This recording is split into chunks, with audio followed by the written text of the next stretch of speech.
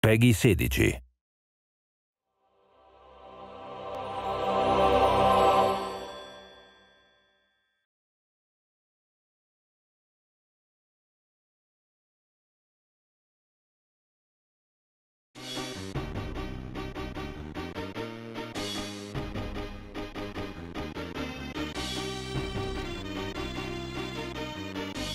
You know, there are a lot of similarities between doing art for a video game or doing art for a comic book, but there are huge differences as well. I mean, with a comic book page, you can vary the size of the panels. So you can have a really large detailed panel and then a really small intimate close-up panel.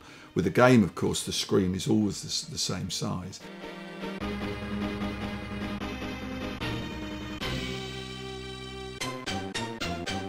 One of the things I did back in the early 90s when we were creating the game was to produce a short comic book. I think it's like an 8-page story, which is designed to be read before you play the game. It basically sets the background for Foster and his world and how he came to be and how he was adopted by the Aborigines, how he got his name.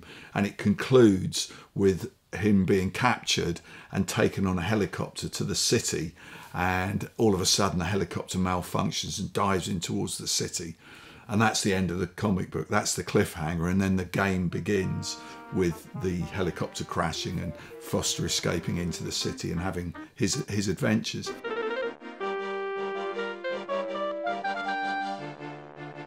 One of the aspects of Watchmen that I'd really enjoyed, and the other things I'd done, was this world building thing of coming up with a world that looked coherent, that could be seen from a number of angles, and you would never fall out of that world of characters that remain consistent from picture to picture.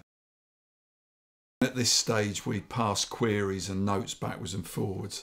This has got a seesaw. This was the seesaw that was going to put the dog, was going to dunk the dog in the lake, which I know is a favourite moment for a lot of the people who played the game. But I wrote at the side, Chaz, this was Charles, Chaz, I still don't quite get the seesaw gimmick. Can I have a drawing, please? So Charles must have given me a drawing, because I then came up with this, where I've resolved what happens with the seesaw, and you put the dog on one end and you drop the bricks on the other, and the dog gets catapulted into the lake, much to everybody's amusement. And here's an even more finished version of it, where we've got an incredible tripod arrangement that again makes this whole dog chucking thing feasible. So these are the kind of things you spend hours and hours worrying about and setting out and making them work, not only functionally but also so they're reasonably attractive and understandable to look at. What was that splashing noise? Where has Spunky gone? Before I did the finished comic book artwork, I thumbnailed the whole thing out on one sheet. And there are some changes between this and the finished published version, but this is basically that comic book describing what's happening in bits of dialogue. And again, trying to make everything work to give the information, but also to make sure that the drawings were quite attractive.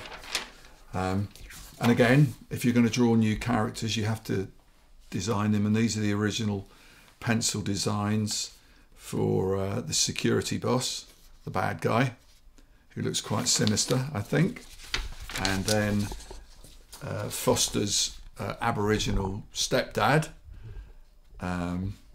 who's there looking a bit like an extra from Mad Max. And this was the hero of our piece, Foster, pretty much a traditional square-jawed, butch-looking hero with this leather kind of Australian stockman's coat on. But again, whenever I design a character, I like to show them clearly from several angles, so I've got something to refer to when I have to draw them from different angles.